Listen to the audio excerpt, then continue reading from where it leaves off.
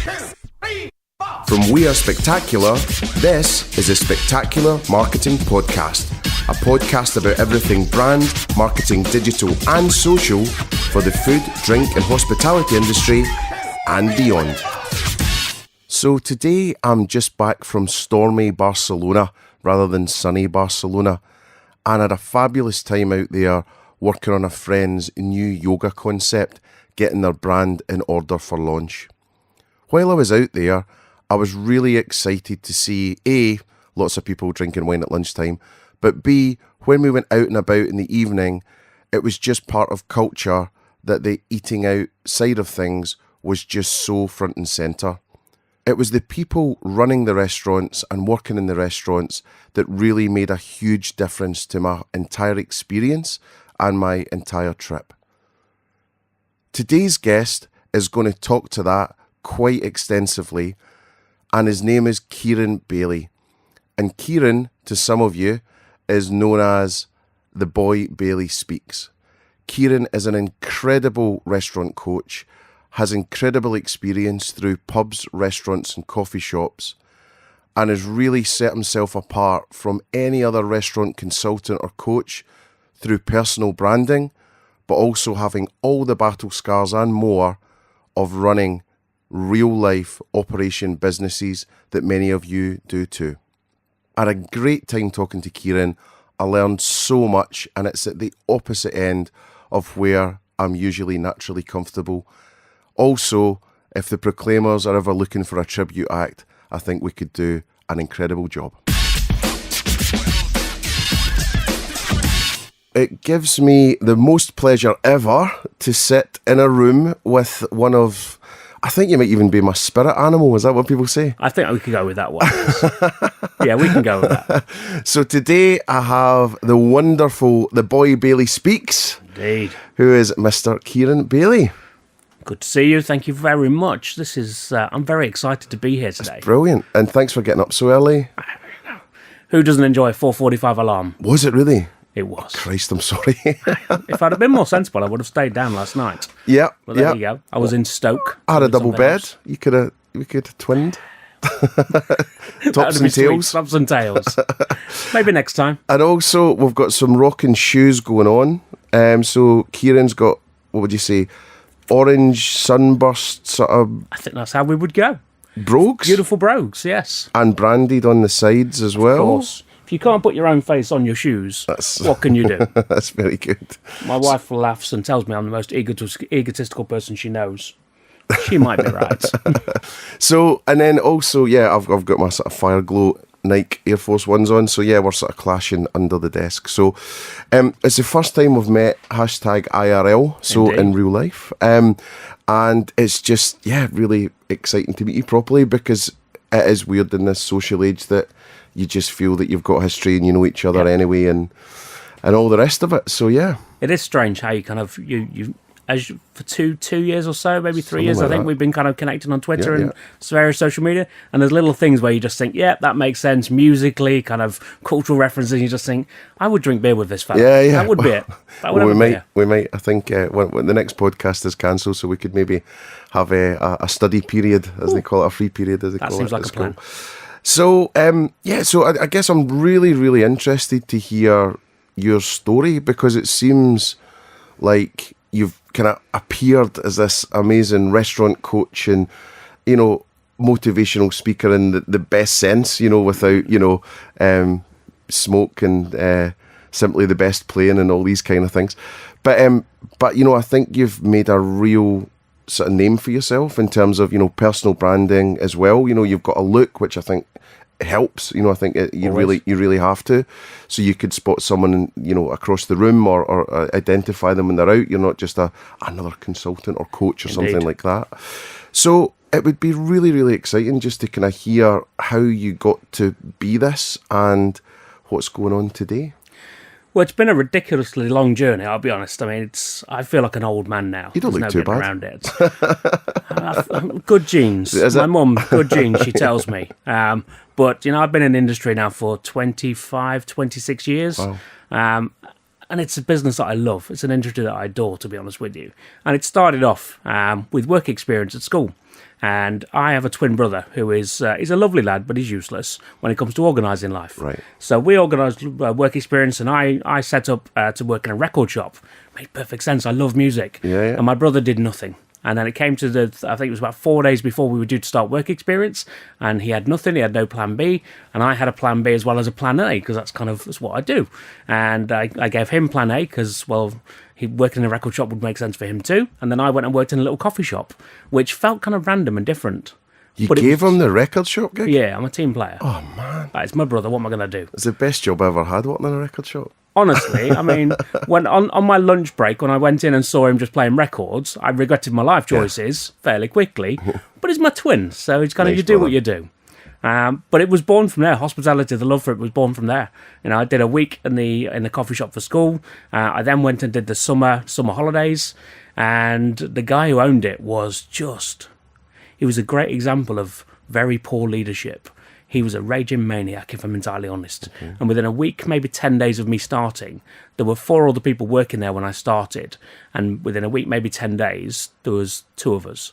And I don't know if that reflects poorly on me, my presence, or it reflected poorly on his leadership style, to be fair. Yeah. But everybody had left, and he kind of looked around and he saw this 15-year-old kid and said, well, you're doing okay, so you should run this place for me for the summer. Whoa. Insane. That's crazy. It was. And how many sort of covers and things like that? Oh, I mean, we were probably serving maybe 100 people a day.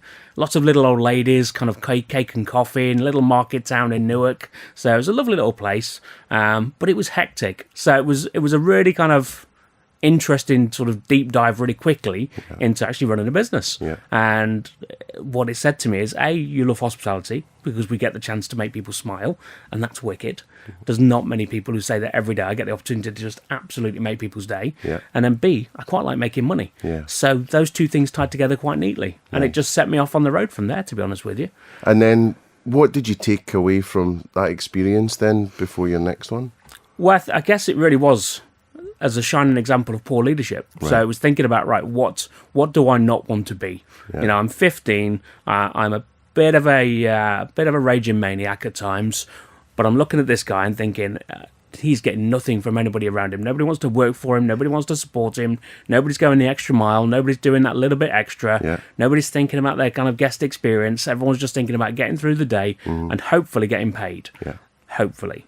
So it was really more about kind of what I didn't want to be as a leader. That was a good starting point. Yeah. But then it was actually that opportunity to just make people smile. And I just thought, why wouldn't I want to do this on a daily basis? It's something really interesting. And, when I was in my previous life, so, lastminute.com and Bartley Cards, so sort of travel, entertainment, finance, all that stuff, like, it was quite interesting when you came into the food and drink industry where that was what I gleaned straight away. We were all in the business of making people happy.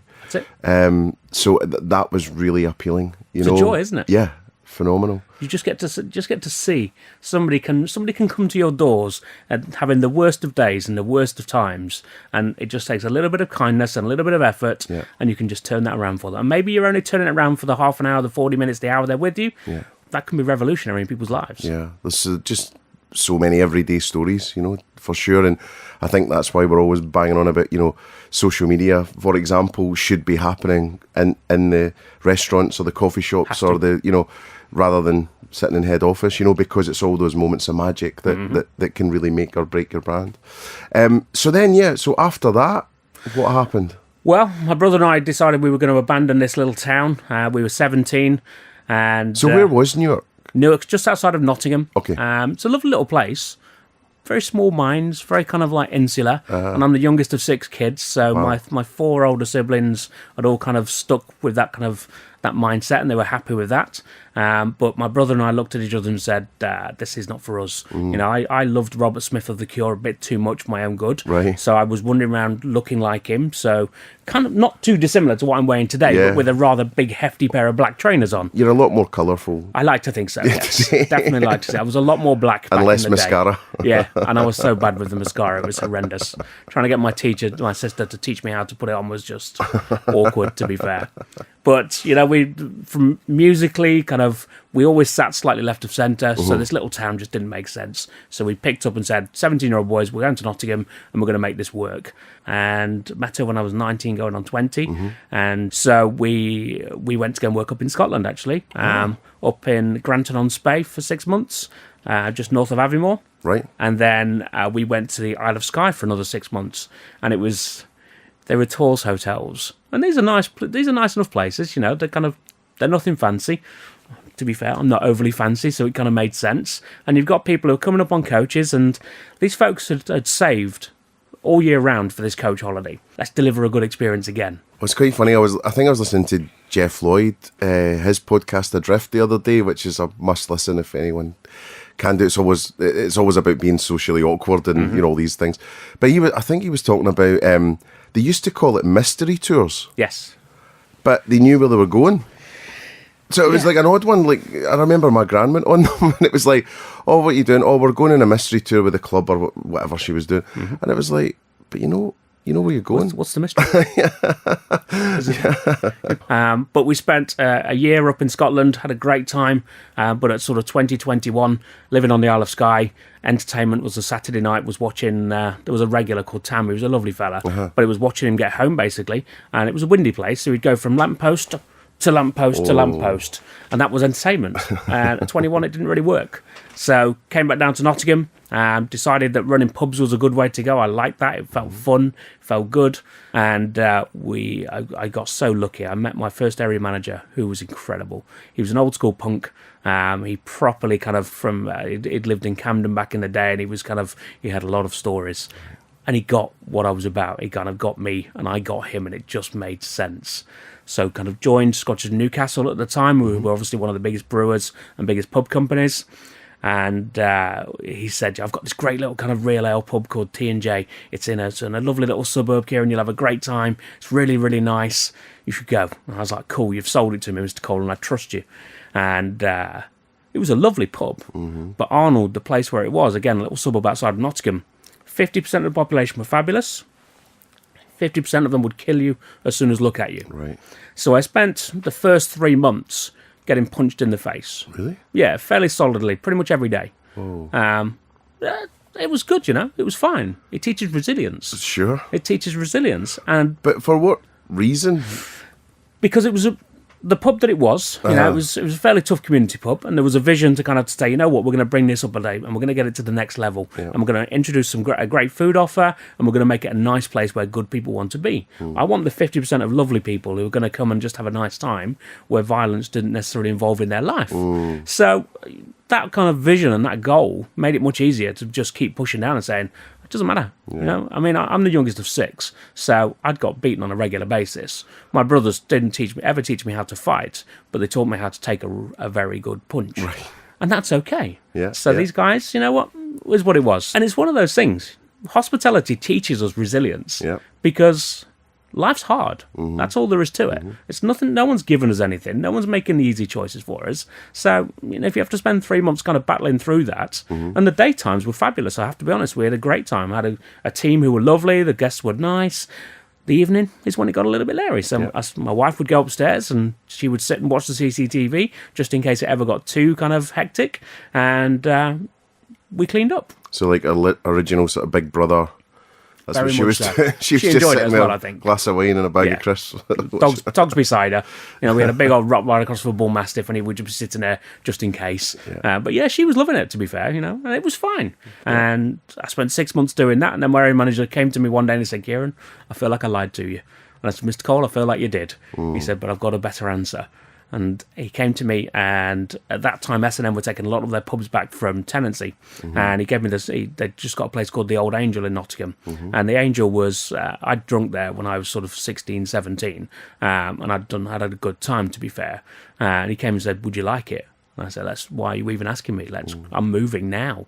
And we picked up, and they took the keys back from the tenancy, and it was at a time when kind of there was unhappiness around that, so they stripped out the floor and they did all sorts of weird things, and you think, okay, then we'll build it from scratch and we'll go again. Right. And I spent 7 years in that place. Wow. And it was superb, absolutely superb, and it was the kind of place where everything, so listening to Jay Majara talk about kind of the idea of kind of having plant-based efforts, that's so important. And where the Angel is in Nottingham, it's in a place called Hockley in the Lace Market, which at one point they tried to brand as the Covent Garden of the East Midlands. Felt rich, I'll be honest with you. It felt like they were reaching. Lace Market's nice though. It's lovely. Lovely area, yeah. Absolutely great. And Hockley's kind of cool and interesting, and there's a lot of very cool music shops, and it's very left of centre. So the Angel was perfectly placed. So we put in a menu that was kind of 50-50. Everything you could have on the meat eaters menu, you could get as a vegan or vegetarian option. And this was 20 odd years ago now. Yeah. So it was we were fairly ahead of the game. Yep. With Scottish Newcastle looking at us kind of going, are you sure this is a good idea? And it's like, honestly, it'll be fine. And we just gradually just built it into something that was wonderful. Yeah. And hospitality, again, for me, it's about community. It's about kind of building something and being part of something. And the Angel was part of a community. My life, everything about me, whether if I woke up in the morning and said, I'm going to change the colour of the wall, I changed the colour of the wall. The music, happily, I got control of. We had one of those standardised jukebox deals, and the guy came in one day and said, would you like Candle in the Wind? And I said, you can walk away now. Let's never do that. I said, so we're going to have to change. Yeah. And this was where, through kind of relationship and understanding how to kind of to get the best out of people, spoke my area manager and said, let's put a jukebox in that doesn't involve this. And he said, okay, let's do it. And we did a deal with the local HMV, and we put a load of music in there that was it was incredible. From Caius, there was drum and bass, there was hardcore, everything you could wish for was on there. And 7 years of just pure happiness. Live venue, did a huge amount of cool bands.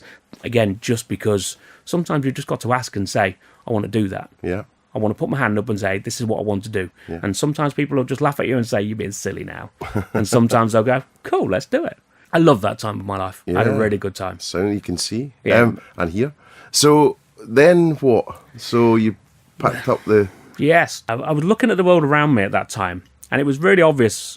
Again, this is probably, I don't know, maybe 2006-ish, I guess, 2004, when branded environment was starting to really grow and really kick on. Yeah. And I looked and just thought, potentially I'm going to have to be a part of this. And I've spent 7 years doing exactly what I wanted, when I wanted, in exactly the way that I wanted it to do. And I had to go and work out, could I make that work for me, or would I end up going postal and it would go badly for me? So I went and did a year with Costa Coffee, and it felt like a really kind of nice little introduction to the branded world, to be fair. And I started off running a little coffee shop in a Waterstones, which was nice. I love books. That's nice. I love to read. So I would just sit and I'd work for about 3 hours, and then I would just go and sit and just read books over my lunch break, which was quite nice. And then I took on maybe 4 sites for them in Nottingham, opened up a little flagship affair on the corner market square, and realised really quickly that branded environment is, you make of it what you want to make of it. You can complain about the constraints, you can complain and say I don't get to be myself and I don't get to express myself, or you can think about how do I make this work for me, and I like to make it work. Well, I think with the branded environment, what you do have is familiarity, standardization, and all these things, which can be good, can be bad, but for a lot of people it's a good thing, in terms of that sort of regularity. At the time, for me, it was terrifying. Yeah. Terrifying. After a year of doing it, I was like, wow, this makes perfect sense. Yeah. For customers, they just know what they're getting. Yeah. And that's the deal. And if they do want a slightly riskier thing, then they go and maybe choose an independent that they don't know, and they're going to... But to your point, though, I think it's the people that can make the difference. Always. So it can be as branded as you like, but if you've then got branded people too, just being robotic and going through the motions, then that's where it falls down. But just adding that personality on top, where you go, that's a good Costa, Starbucks, cafe, just because the general manager makes it, or that wee fella that serves you makes it, or do you know what I mean? And absolutely. I think so that was a good spot, I think, from you sort of saying, well, what can I make of this? Freedom within a framework, almost. That's exactly it. Yeah. That's exactly it. And people are always it. People are the thing that define the difference. People are the thing that define the experience. And people are the thing that define whether a guest comes back again and again and again. Yeah, I had a good time with Costa. It was fun. It was nice for a year. But it's quite a simple business. It's not overly challenging, I'll be honest, and you've got to be realistic and have that sense of self-awareness. So I went off, and next thing was Hard Rock Café, which was... It's kind of like the corporate version of what I did at the Angel, if I'm honest. It was the loud music, it was the irreverent attitude, there was an ethos that ran through that business. And that was probably the first place that I truly felt that a corporate business understood culture and actually lived and breathed it in a big way through everybody I met. You know, I was lucky that kind of they'd take us over to Orlando sort of a couple of times a year, and you'd meet up with various different people. And every year they would have a conference with every single hard rock in the world, all of them, which A, is a huge expense, so it tells you what it means to them. Yeah. But they get all of these people together, and the energy in the room was just amazing. And sometimes, as an Englishman, you know, I can be every now and again quite reserved. And I'm chatting to this guy, and he's like, I've been out this evening. I was like, cool, what did you do? And I got a tattoo, and I was like, oh, wicked, what was it? I got the logo. You got the Hard Rock logo tattoo. I was like, wow, you've really bought in. Really bought in. And he was like, yeah, man, I love this place. I'm going to be here forever. I was like, wicked. Yeah. I love that. That's pretty... And did they have... What was the sort of central thing then that kept everyone together? I think that it is the values, and they've obviously got a kind of a whole collection of kind of little lines. So love all, serve all, take time to be kind. There's a whole load of little ethos that run through, and they're not just things that you see up on a wall. And a lot of places you go, there's lines on a wall, and you think, okay, cool, it makes beautiful decoration, but nobody ever actually talks about it. Nobody actually lives and breathes it. Yeah. Whereas for these guys, they just did. You know, the kind of the philanthropic. Why did I even go for that word? Why would I challenge myself like those moments? I think he was in Genesis, wasn't he? Yes, let's going to go with the charitable elements. Was a big part of their business, and that again for me that resonates, because I think within your community, your business should be able to make a difference, and it should be able to make a really positive impact. And it really did. And, you know, we raised a lot of money at different things. You know, I've spent some time in Birmingham, Cardiff and Nottingham, and in every one of those cities, we raised multiple thousands of pounds for local charities in those cities. And that's how it should be. You know, it shouldn't just be I'm here to take from the city. It shouldn't just be kind of constantly kind of right hooking. There's got to be a little bit of the jabbing. Yeah. And that has to be there. Yeah. And if we're not doing that, then we're falling short. Yeah. And Hard Rock got it. I have to say they did. Right. But that was good. And it led, actually, probably that moment then led to probably the next greatest love of my life, because I don't stay in places for long. I've got a short attention span. I mean, the Angel was sort of 6-7 years, but the constant shifting kind of helped me there. Then Wagamama came along, and I had a great time at Wagamama. My wife had been trying to persuade me to go and eat there for about a year and a half before that point. And I was like, why would I want to go and sit with some random stranger, sitting this close to me, touching me? No, I'm not having it. And I was one of those that just was not buying it. Yeah. Oh, it's just one of my loves. It's amazing. I just adore Wagamama for sure. And you were doing what there? So I was GM. I opened High Cross in Leicester for them. Lovely little restaurant. That whole area had been redeveloped. It used to be a terrible little shopping centre called the Shires, and then he redeveloped, made it all glass and beautiful. And John Lewis came, and obviously John Lewis come, and everybody else wants to come too. Yeah. And we opened, and I remember on the opening day of the shopping centre, there was us, there was Yo Sushi, and there was Nando's, who'd managed to get open on that first day. And Nando's were doing what Nando's do. They were ticking along quite nicely, and we were getting absolutely hammered in a big way. We only had 99 covers that day in that restaurant. It was a beautiful little square box. To run, dream. You stand in a corner, and you could see everything and control it all from there. So 99 covers. We opened the doors at 10 o'clock, and then at 11 o'clock. Pretty much from 11 through till 11 that day, we just had a queue, and it didn't stop. Wow. And one of my most abiding memories is the GM of Yo Sushi. She was lovely, and she came and she kind of tapped on, she said, can I just talk to you for a second? I said, yeah, cool. She was like, your queue is blocking my door. I'm really sorry about that. She was like, I just wish some of them would come in. I was like, I'm really sorry about that as well. I said, I'll try and organise it a little better. But it's quite nice when one of your competitors comes and says, your queue's blocking my door. So we just got busy. She should have been dragging the back of the queue in. Honestly, if those positions are reversed, I would be out there with bowls of noodles saying, you should try this. It's the best thing in your world. And if you don't eat it, you will be sad today. Yeah. So again, it's mindset. You know, are you going to attack, and are you going to kind of make it work for you? Yeah. Or are you going to sit back and complain and say, well, it's not working for me now, so what can I do about it? And what makes me annoyed is I was maybe at Yo then. Or maybe I just left. But yeah. Oh, that makes me sad. It made me smile. So, I mean, it's a two-way street right now. But it is that, when opportunity comes like that, and that queue outside of her door was an opportunity, but it was an opportunity she didn't take. And if you're in a situation where that comes along, well, find a way of making it work. Yeah. So get out there, So for me, there would have been little pots of gyoza dumplings out there with some dipping sauce. Yeah. In you go. Yeah. Dip of katsu curry sauce, because once you've had katsu curry sauce, there's nowhere else you're going to go, is a simple fact of life. So you've got to find those ways of making it work. And I spent 5 years with Wagga. I opened Leicester, and we absolutely smashed it. And this was, to be fair, this was at a time when the financial crisis was just hitting. So we opened in September, and the financial crisis was kind of announced about 2 days before we opened. And I was like, oh, God, this is going to go badly now. Everyone's going to start to panic. Just didn't touch us. And I was like, oh, wicked. Yeah. Brand protection is a beautiful thing at this point. I think it's just value for money, and it's comforting, and it makes you feel good, and there's all these things. So I think, I think looking on, because Wagamama was my competitor.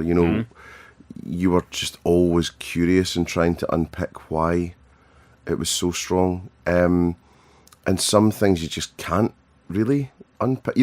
Just when you go through, if you laid it all out as a formula and you tried to replicate it, you probably couldn't even. It wouldn't make sense. No, there was just something, just intangibly magic about it. There is just a little bit of magic there, and it does just make sense. Yeah. So I spent a year in Leicester.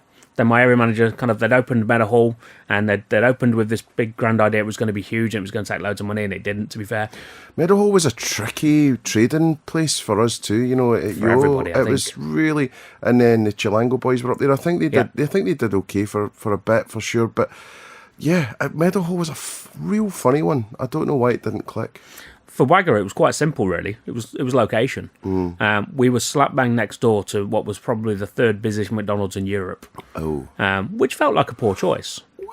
Well, but then in saying that, you could have people in two mindsets, which is, I'll go for something more healthy, more nourishing. When you get to that decision, so you could see it in two.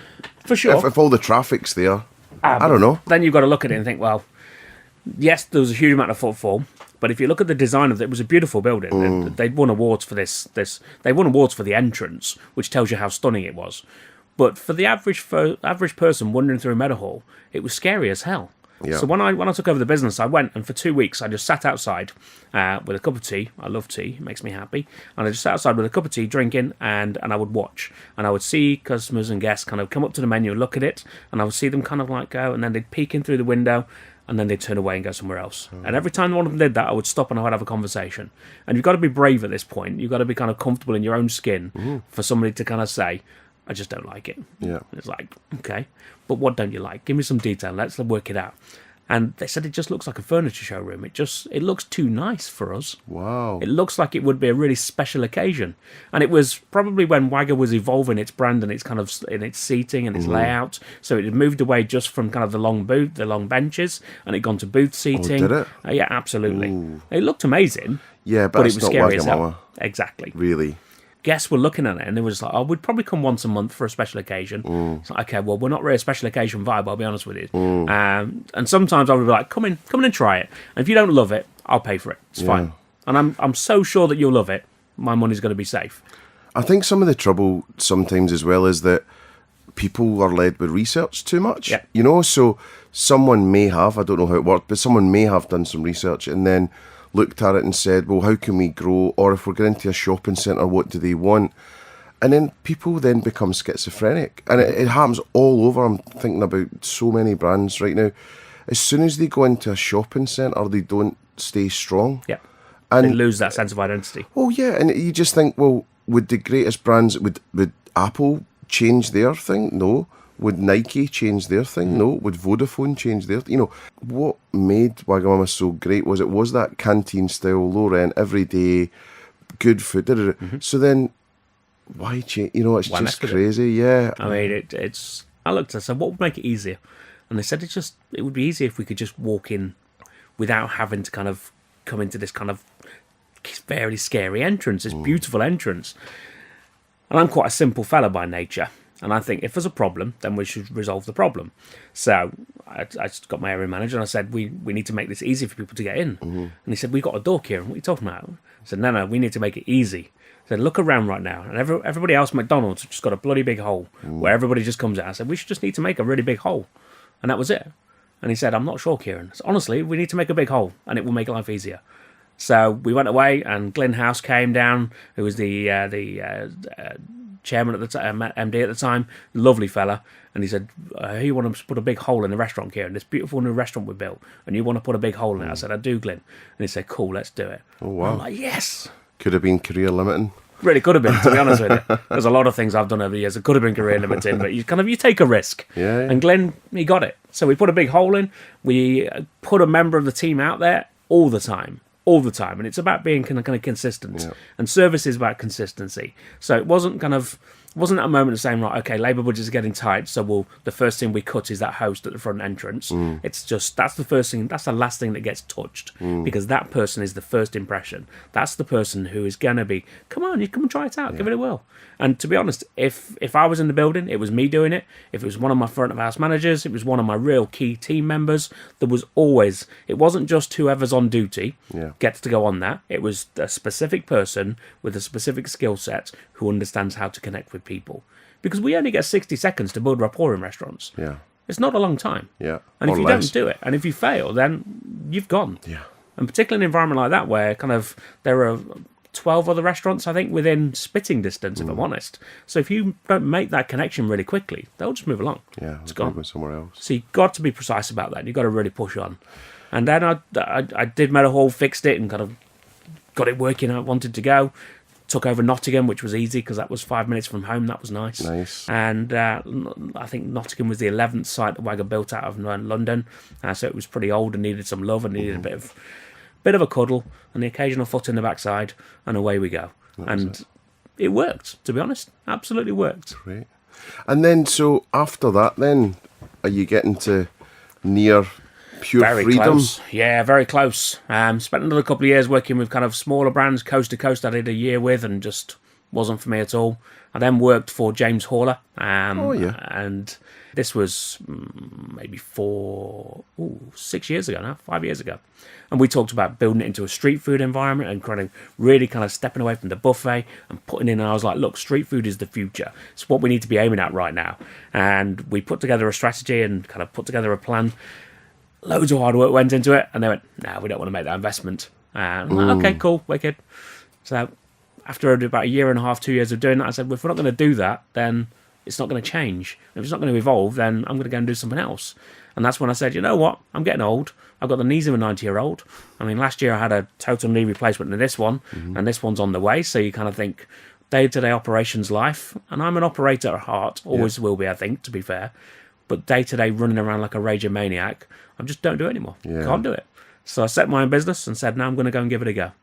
It takes its toll, and just on that point, I've had a knee replacement too, by the way. You're not alone. We're in so I think, I was out with someone the other week, and they were talking about the toll that it does take on you working in the food and drink industry. Obviously, I've not been an operator. I've not done the hard yards like you have. But I think, there's, we're not in a 9-to-5er at all. And then a lot of it is going out after.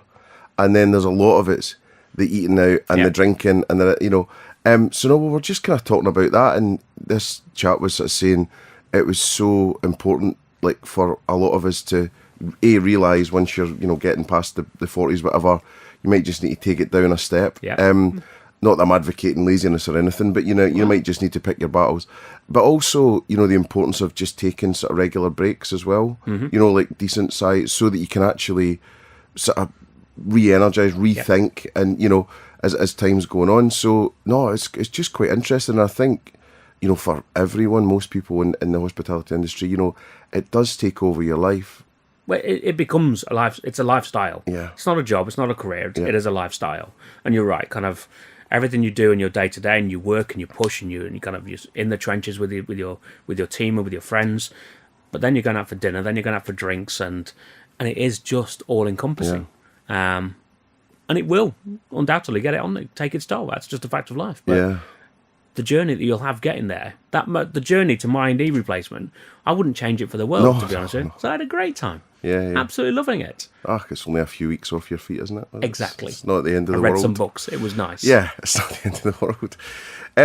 So then you had this idea where you sort of started looking at consulting first. I'd been kind of playing with it in my head for about a year or so. And I just looked and just thought, now's the time to do it. Mm-hmm. I'd been thinking about it, and I'd kind of financially I'd been making sensible decisions to work towards it, which is unusual for me because I'm very much live in the moment kind of fella. And I said to my wife, we're gonna aim for this, and she said, right. We looked at it and we looked at the numbers and said, let's do it. What's the worst that can happen? Yeah. And I built it so that I would have a year, so that for a year, if I didn't make any money, if I didn't get any clients, the mortgage would still be paid. My wife wouldn't have to tell me that I've got problems and she's thinking about leaving me because we're not going to have a home and we're going to be able to feed our many cats and dogs. It all worked. Yeah. So I built that strategy and just wrote it out. Now let's give it a go.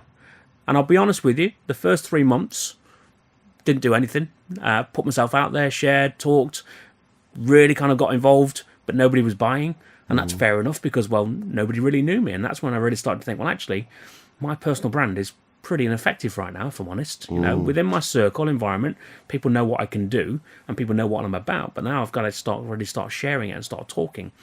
And as you can obviously gather, I like the sound of my voice, so it works. And I kind of Gary V got into my head, and obviously video and audio, and I was like, let's start doing this.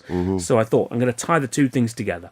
I'm going to really start to push this. So started making videos on the sort of daily basis, and it's literally, if something's on my mind, if I go out for dinner, if I go out for a coffee, if I get any sort of experience, if it's good, bad, or indifferent, then I'm going to talk about it. Yeah. And that's it. And I'm not interested in kind of making anybody feel bad about themselves. I'm interested in kind of sharing the lessons that we can learn so we can always do better. Yeah. And I'll be honest, my wife gets annoyed with me in restaurants because I remember listening to James Hakens, and he talked about his wife saying to him, you've got to sit with your back to the restaurant.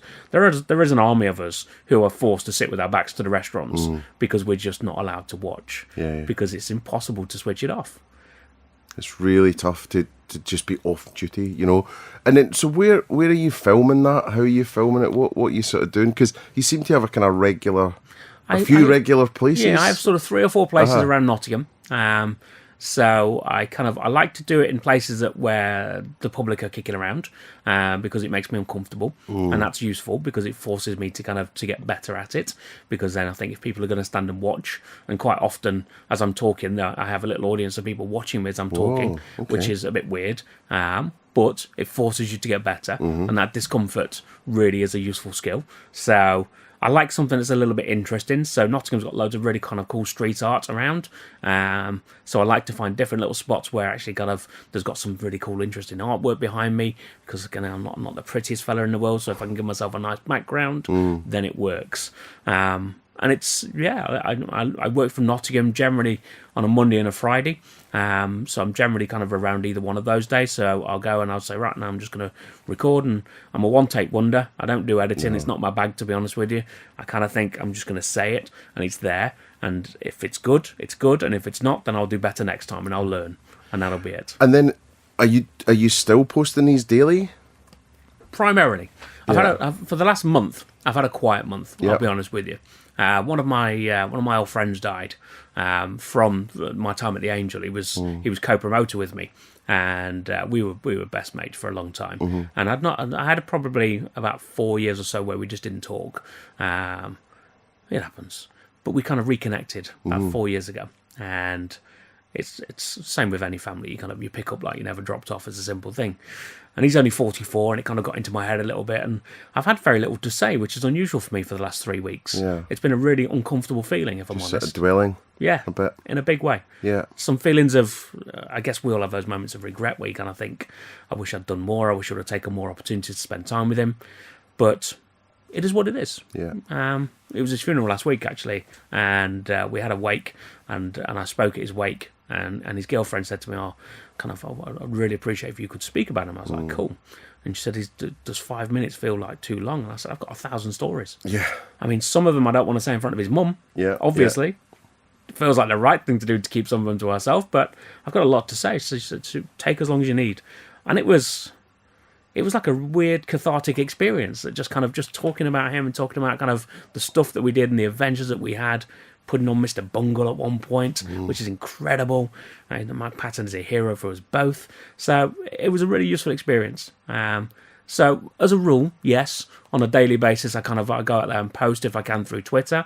LinkedIn is fairly good for me. It's pretty proactive, and I get a lot of kind of really useful engagement and discussions from there. Yeah. And to the point where I was at an event at Shoreditch about 6 weeks ago, and I was running late, as per usual, really. And I wandered into the WeWork, and the event had kind of already started, and everybody was kind of doing this introduction to themselves. And as I walked in, the lift opened, and it opened up into the event, and this lady just shouted across the room, "It's the boy Bailey Speaks." And I was like, well, that's okay. cool. It's kind of nice. It's kind of weird. But there was a moment where I just went, it's kind of working. Yeah. It's doing what I wanted to do. No, I think you've stayed strong, you've stayed consistent, and, from the stuff, I've really been looking on in awe in terms of, certainly doing the video stuff, for sure. And I was just like, it's definitely going to be my New Year's resolution to do a lot more video. And I have a very simple setup. I record from my iPhone with a little thing called a Hey mic, which is a Bluetooth mic. I could stand 120 feet away from the phone if I wanted to, they tell me. I don't know why I would do that. Seems unnecessary. And that's it. That's the setup, really, and a tripod. And you set it up and go for it. And I talk to so many people who they talk about kind of it having to be perfect and having to be immaculate. And it's like, no, it just needs to be you. And you need to be happy with what you're putting out there. Yeah. And for some people, one take wonder. I'm okay with that. I like it. It works for me. That's when I get my best stuff out there. Some people need that editing process to give them the comfort of what they put out there, but it doesn't have to be there. I use an app called Videorama, where basically I just put on. I don't do subtitles. I just pick out pertinent points of information that kind of make me smile, and then I drop little extra comments in there that kind of, as I'm watching it myself and thinking, actually, that would make sense there. Different images and kind of all sorts, and it's just fun. And it's fun for me, really, is the key. And if some people find joy in it, then all good. No, it's great, and I think it's the consistency wins. If you keep doing it day after day after day, that's what will get the traction eventually. It's the same in everything. But it is soul destroying. The first few times you're doing it, you're like, I don't know, when we first started doing this, you're eagerly looking at the stats, and I'm saying to Gabby, how many downloads have we had? And it's like, 20 or something. You're like, oh. But then you've got to flip it and go, well, God, that's 20 people, so that's great. 20 people and you made a difference to. And hopefully, so I think it's just being persistent and hanging in there. It is, and you're right. Consistency is it. And people talk about practice makes perfect. It doesn't. It makes consistent. Yeah. And consistency is what we're aiming for every single time. And just keep pushing it and keep doing it. And, the last 3 weeks have really taught me a lesson. So now, kind of, if I go and if I'm thinking I'm going to make a video, then I'm going to make 3 or 4 videos. And then I've got them sitting on my phone. And then if I'm not feeling it, then you know what? I'll just play with one of those. Yeah. And I don't need to go there in front of that camera. On Monday this week, I stood in front of the camera and I just stood there. I was just like, I've got nothing to say today. Yeah. That is unusual. And then you kind of start to work it through. But yeah, consistency is the answer. So how would you describe the offer now then? So you're restaurant coach. What am I buying? Well, when I launched the business, I launched myself as a restaurant consultant. And I thought that's what I was supposed to be. I thought that's what I was supposed to target myself and sell myself. And I realised really quickly that actually I'm just not, is the honest answer. My approach throughout the years has always been a very coaching approach. There are 1,000 people who will tell you that I'm the most annoying man in the world because I rarely give you the answer. I'll always make you kind of dig it and give me the answer yourself. And it's been successful. Wagga, at one point, I think Wagga had 100 restaurants and 8 of their GMs started with me as team members. So it's a useful process. And I just thought, I'm going to go back to that. I'm going to go back to that's worked for me in the past. So now I get to flex my coaching muscles on a daily basis, which means I have to constantly develop them and constantly work on them for myself. Good coaches coach, great coaches are coached. So I have somebody who kind of works for me and just keeps me on track as well. But I'll come, we'll sit and we'll talk about your business and we'll talk about what's good, what do you think needs to be better, what do you think needs to be different, and try and give you a bit of some sort of handy hints and tips, really. I'm a big believer in systems and processes. I think a lot of people tell me that systems and processes drive the originality and the humanity out of a business. It's so wrong. It's so wrong. Systems and processes, they build muscle memory. And when you get to the point where you build muscle memory and you've got to that unconscious competence state where I know what I'm doing, it's there. Then that's where the magic really happens, because your conscious mind is then freed up to actually start thinking, right, what do my guests want and need? Yeah. What can I do? What extra can I do for them? And that language, again, is very deliberate. You know, I hear a lot of people talk about customers in restaurants, and it irks me every time. Yeah. And it's a small thing, and it really shouldn't irk me to a great degree, but it does. Because hospitality is about bringing people into our home, into our business, and saying, what can I do for you to make your day? How am I going to make it better? Yeah. And a customer is a transactional thing. You have a phone, I want a phone. Done. I buy it, and we move along. Yeah. Come to my restaurant, come to my bar, come to my venue, and it's like, I want to sell you an experience. I want to sell you something that actually sits with you for a very long time, so the next time you think about it, the first thing you do is smile. Yeah. And if you're not, then I'm doing something wrong, and I need to address that. But that's what we need to be pushing for. And I'm a big believer in this idea that kind of, in hospitality, we're about making memories, not stories. Yeah. So making memories, and this was born from a Christmas day, actually. A Christmas day in a buffet restaurant, and my team were kind of laughing at their guests. A couple of my team were laughing at our guests and saying, who comes to a buffet restaurant on Christmas Day? What's that all about? And I lost my mind a little bit at that point. And this was Christmas Day sort of team brief type thing. I said, what are you talking about? What do you mean? They're like, well, who does that? They're obviously just cheap. And it's like, it's irrelevant. They are not cheap. This is their experience for them. This is something special. I said, and this is a moment where they've invited us in to one of the most memorable experiences and most memorable times of their life. And if we do it well, we'll be a part of that forever. And if we do it badly, they're going to talk about us. Yeah. And it used to be that they talked to 10 of their friends, and that was the nightmare, that kind of one bad experience led to 10 people knowing about it. Yeah. Everyone's got an amplifier in their pocket now. Everybody's got this thing that just allows them to just put it out there. So we've got to respond to that, and you've got to be sensible about it. Yeah. So if we're not finding those opportunities to make memories, and we're not really leaping on every opportunity to just make that person smile, then we're falling short. Because what will happen then is it will go wrong, and then they'll be telling a story, and somebody's the butt of a joke in most stories, and I've got no desire for my teams and my businesses to be the butt of a joke. No. So let's focus on the memories. Let's focus on working on the good stuff. Well, you know, every single Christmas for years to come, they're just going to go, remember that time we went to that bleep buffet? Absolutely. You know, and, you know, you can't be judgmental, because there could be a whole bunch of reasons why they're going there, and that was a bit shame on them. And then I'm really into sort of rules and zingers and things that people can take away and all the rest of it.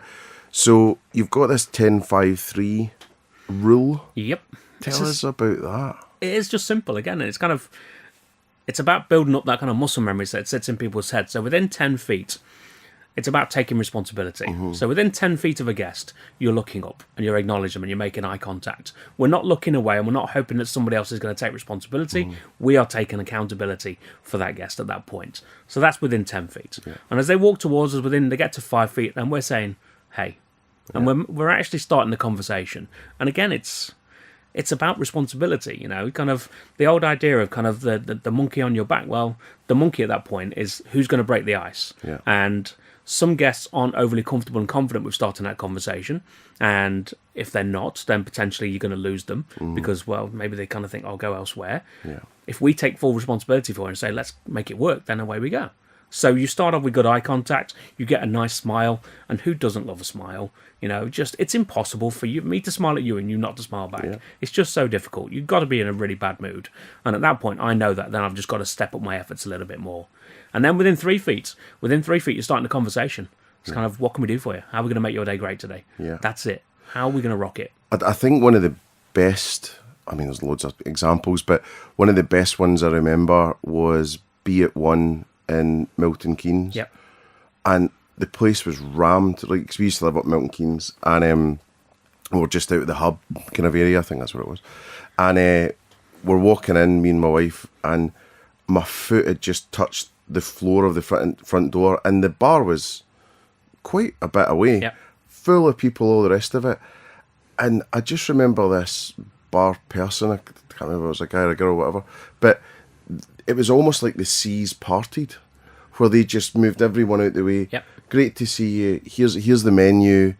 have a look, and then by the time you get to the bar, and we were just like, what the, wow, and I think that's it, isn't it?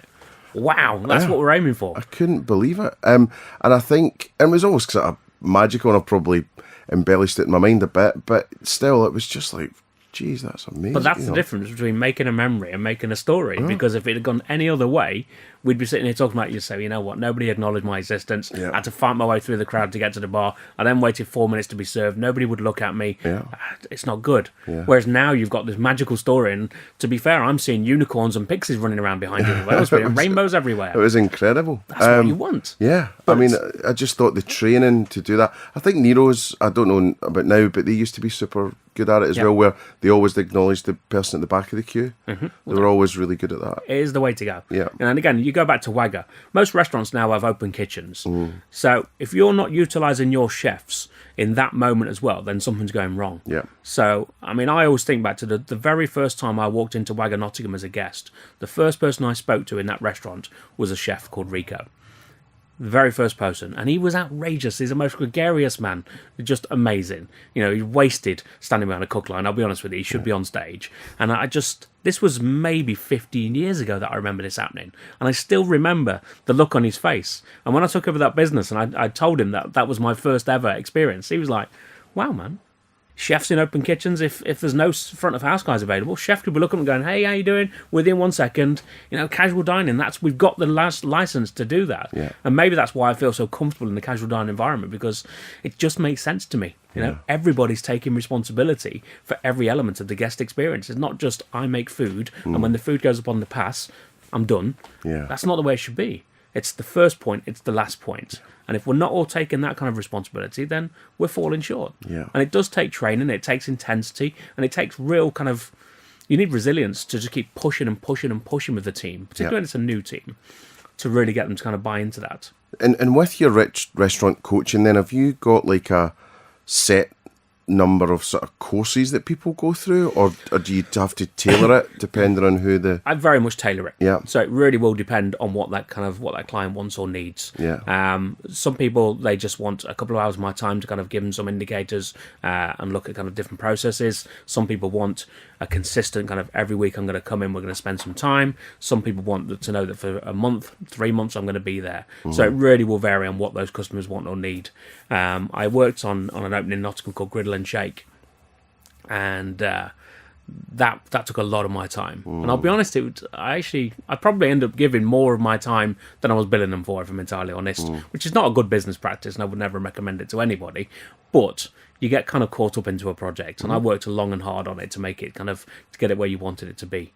But it's about looking and thinking, what do my customers want? What do they need from me? And what's going to help them? And the reality is, I'm not in it to...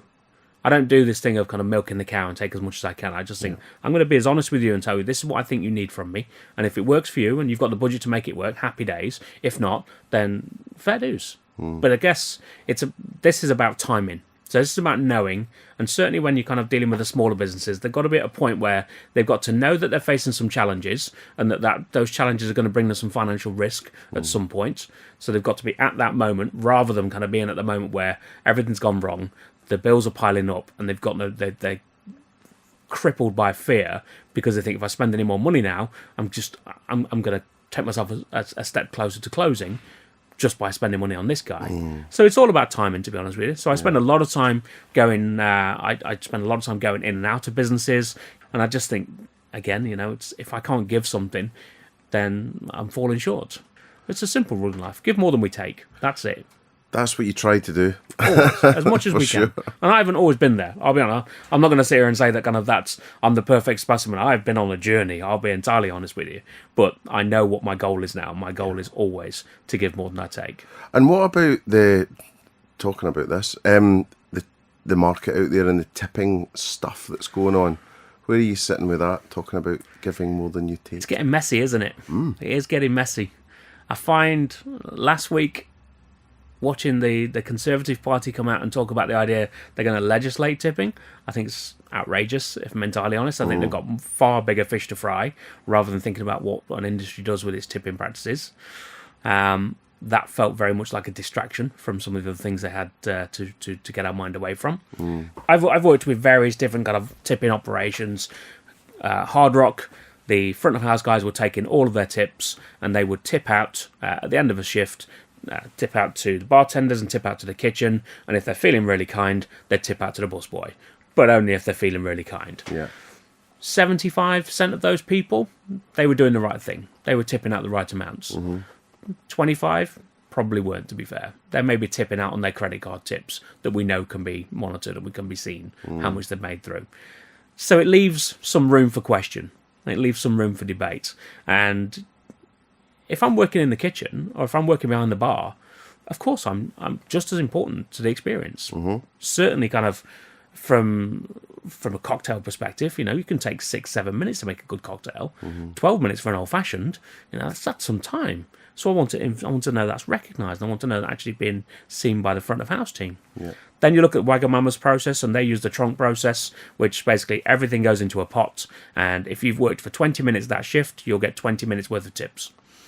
Everybody in the building, except the GM, which is always right. So I think customers should know what's coming their way. Guests should know what's coming their way. And if they're going to tip or if they're going to pay a service charge, they should know where it's going to go. And if there's any confusion, well, then we as an industry need to do better at clearing that up and communicating. I don't think we do as well as we could do all around. I think some service charges, you kind of think, what's going to happen with that? And you ask a question and you get a kind of nervous, kind of slightly kind of what looks like a shifty answer. Yeah. And it's not shifty, actually. It's just that they don't really know the answer. So then we get uncomfortable if we don't know an answer. And then it just seems shifty. So clarity around where the money's going to go makes perfect sense. Those taking away the situation where the guest has to say, does this go directly to you or is the company going to take some? That's driven by the media and it's driven by kind of the world that we live in now. But we can control that and we can affect it within our businesses. But, I mean, we were talking before we started recording about people's business models and planning for forecasts. And some people might have this built into their forecast for the business. Yeah. And if they do, I'll be honest with you, they're wrong. Yeah. They're just wrong. Doesn't feel right. No. And if there are certain lines in the sand for businesses that I will kind of work with and I will not get involved with, and that's one of those lines in the sand. If you think it's reasonable to take from your team in that way, you and I won't work together. Yeah. And it's always been the same. I don't get trolled very often, which is surprising, to be fair. But I had one guy who used to work for me, and he went all in on me on LinkedIn. And I was like, if you want to talk about this, we can talk about it. Because he'd left the business because he'd been pocketing tips. Right. He thought it was reasonable. He thought it was, in his mind, it was completely acceptable. The guest had said to him, that's for you. And we've all had that. We've all been said, the guest, that's for you because you've made me smile. But if the policy is, well, we share tips, and that's the policy. And he just kind of came all in on me, and I said, look, come on. You were taking money from your team. That's it. And if we're going to steal from our team, then something's gone wrong. And if a business is building it into their model that it's kind of that service charge is going to be part of it, then that's kind of where I sit. That's where I sit on it right now. Yeah. We need to be better. And what about talent then?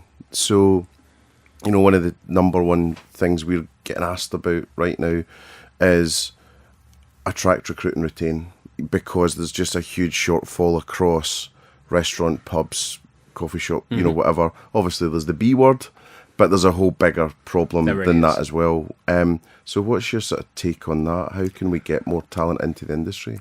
Well, I work with Springboard, who do great work to get young people into understanding that hospitality is a career. It's not just a job, it's not just the basic, it's not just the minimum wage. There's a real opportunity for you.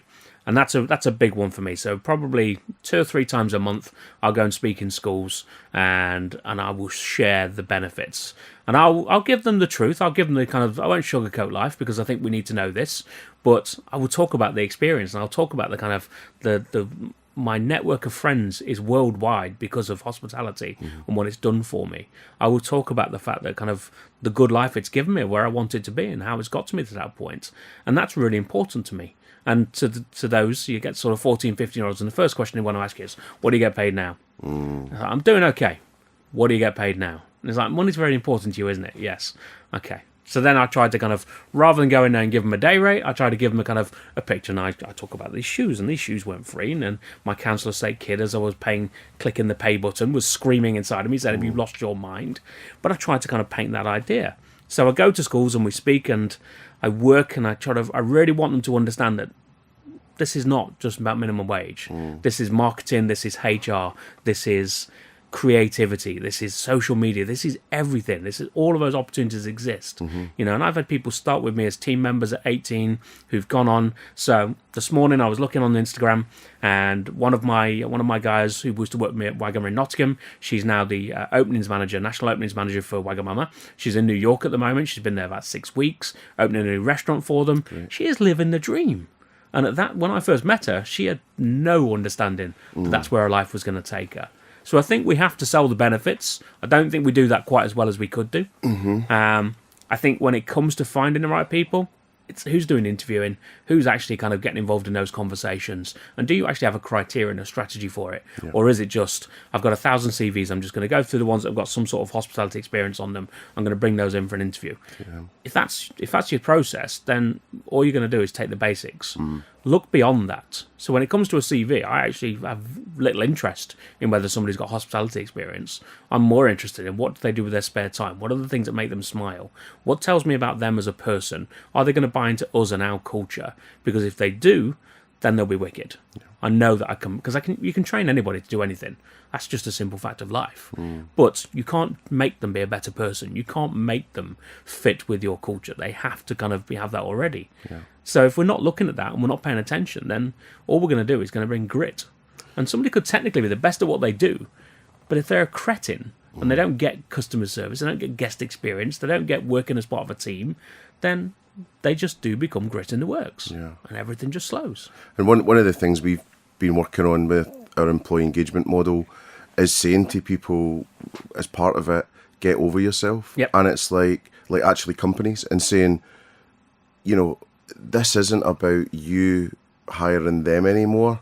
It's actually the flip. Yeah, absolutely. You've got to persuade them. You're working for them. And also, you've got to fit around what they want, you know, and where do they want to go and what are their dreams and that. Yep. So I think, you know, we're going to definitely see a shift in engagement, hiring, HR. It's got to happen. Internal branding, you know, all this sort of stuff, much as I hate the phrase, but, you know, employee value proposition, all these things, because the world is just changed so big, because there's such an entrepreneurial revolution. People all want to go and work for themselves and or be a celeb in some way, or, you know, there's a lot of that. I mean, I'm not saying everyone, but it's really hard to persuade someone that's younger, because they don't want to wait 25 years to now doing what you're doing. They don't want to wait however long your person is at Wagamama doing New York now. How long did they work for? Absolutely. To get there. So that's the bit that they don't want to. So it's just trying to frame that will happen, but everything's about instantaneous sort of satisfaction. And you can do it by... It's about connecting to the things that are important to them. So, is somebody particularly artistic? Well, if they are, super. Let's get them involved. You know, so Griddle and Shake, we wanted window designed painting, and we could have paid somebody a load of money to come and do it. But we had a girl who studied fine art in Florence, and she is an incredible artist. Sure. And she didn't get to do that enough. She didn't get to kind of express that. So we gave her these 2 humping great windows and said, burgers, booze, milkshakes. It's up to you now. Everything else is on you. Yeah. Go make it work. And she came up with the most amazing piece of work. We had a young lady who was a photographer, and again, she was finding what she was as a photographer, and what her style was going to be, what her niche was going to be. But we gave her the opportunity and said, well, come and get involved. Come and take some photos. We'll use it on the social media and put it out there. Listening to James from Ego when you had him on, and I'm always cynical when I listen to people and they tell me, particularly marketers, I'll be honest, and they tell me that I'm always in the business and we're always part of it. And I was like, okay, that's interesting. I wonder if that's real. I wonder if we are actually doing that. And I went away, and one of my old managers, who's general manager of Ego in Sutton, Nashville now, I said, Ruben, tell me about James. What's he all about? Is he real? What is it? And he said, what do you mean? What does mean is he real? I said, he's in your business. He was like, all the time. Yeah. I said, what does he do? And he kind of talked me through. And I was like, so he's living and breathing it. He was like, mate, I love him. Yeah, absolutely love him. Real. He's got it going on. And it's the same thing. They've got, in sort of Nashville, they've got a young lady who's a great artist, and they're engaging her, and she's creating work now to go into their business. And that's what we need to do. Yeah. It can't just be, you're here to serve, you're here to cook. It's like, what is it that makes you smile? What is your passion? What really floats your boat? Yeah. And how do I find a way of engaging that and making it work for you, but also for me? Yeah. Because, well, we're running a business and we've got to make it work. But if we put those two things in action, then you get the real kind of, that line, that join between you, and it becomes really hard to break that. Yeah. And that's where the retention piece comes in. Yeah. Because once you build that connection, once you build that bond, and somebody can look around and say, well, that's my art on the wall. That social media that massive social media post that got massive engagement, that was me. That's my photo. Yeah. All of that becomes a reason to stay. That's the kind of contract, really. Yeah. The contract that we sign to come and do our job is irrelevant. Yeah. The emotional contract is the thing that actually says, I'm going to be a part of this. And I'm going absolutely nowhere. And we've got to find a way of bringing more and more people and getting them to stay in the business, because people don't want to do it. So let's sell the benefits. Yeah. Let's make sure they understand how that they can put their joy to work and how it benefits us all. And then the last question, I think, because I'm just looking at time and thinking, yeah, that's good. This is great. But I'm just thinking the last thing then was one tip for a restaurant manager on leadership and how to sort of run their team well. I think listen all the time to everything. Mm-hmm. Listen to your team, ask the right questions. One of my favourite books this year is by Michael Bungay, and it's Say Less, Ask More. And obviously, again, I like to talk, so if I can find a way of saying less while asking more, I'm winning on that. But it's about kind of really building a coaching culture within your business that doesn't require a set space, doesn't require a meeting room, it doesn't require us kind of building time into the day. It's just, this is part of our culture. So as I'm walking through the building, I'm asking the right questions, I'm getting the right information from you. If somebody's not looking on point, am I just going to make an assumption that they got a hangover from the night before? Or am I going to ask the question, what's the deal? What's driving this feeling? And when you ask those questions, you've got to be ready for the answers. And sometimes you're going to get answers that they're going to take you back. Yeah. They're going to knock you off your feet.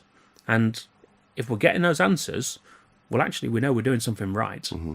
Because once our team gets to that point where they feel comfortable to talk to us about the kind of some of their most kind of innermost and personal feelings, whilst, yes, it is a bit, I mean, I've had conversations where people have talked to me about the fact that they're on the verge of losing their home, whether their mother had died the week before and his girlfriend had left him yesterday, and he hadn't said anything to anybody. I was like, mate, you've got to share, because we're here for you. Mm-hmm. The reality is, business is built on family. Yeah. And if we have that sense of, actually, I've got your back all day long, and maybe I'm going to drive you hard, and I'm going to be unforgiving in my standards, and I'm not always going to make you happy, but I've always got your back. And you're going to know that because we're going to ask the right questions. We're going to dig into what's making you smile. And it is that. If something's really making somebody smile, well, tell me about it. Because actually, maybe that day comes when actually I need to smile a little bit more. Maybe when I woke up this morning, I didn't feel at my best. It's a two-way street. Yeah. Ask questions, but then listen. And do something with the answers. I think that's the big one. And, it happens to us a lot too with, maybe advice or recommendations or work or this or that. And, the client will listen, but then not act. So, yeah, I think that's great advice. Action's the key. Action is always the key. Because we've all been in that position where somebody's asked us kind of what's going on and what we think needs to happen. And we tell them. And then nothing happens. Yeah. And you lose credibility and you just lose that connection. So act on it. Brilliant.